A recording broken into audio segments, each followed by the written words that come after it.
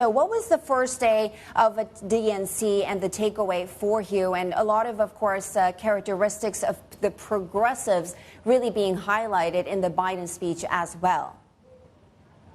Yeah, there's been an enormous amount of energy behind Kamala Harris over the course of the last few weeks. It's really been a sea change in terms of the way that people are seeing this election here in Washington. I mean, it looked as though former President Trump had a very good chance of winning as recently as a month ago.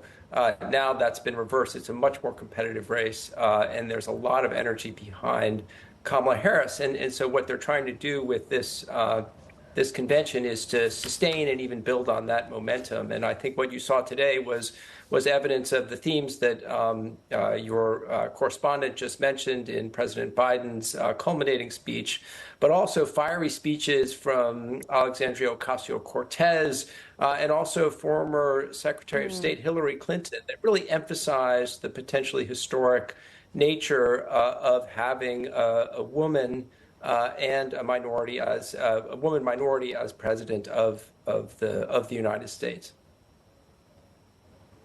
It was interesting because I was talking to a Democratic strategist yesterday, really previewing this event, and he was saying the key for the Harris campaign should be about bringing things a little to the center in order to be able to appeal to more voters. So what do you say to that, and how do you think a day one went in terms of trying to carry balance? It seemed as though the balance was more towards the progressive side. I mean, certainly with Ocasio-Cortez out there, but even Ocasio-Cortez was showing her really focused on her working class, ordinary American themes, which I think are intended to move the party's message clearly towards the center. I mean, the key thing here is going to come down, as many people know, to a number of 6 or 7 swing states in the United States and really undecided voters in those states. So it makes sense for the Democratic Party to try to move to the center at this point so that they can win those swing states.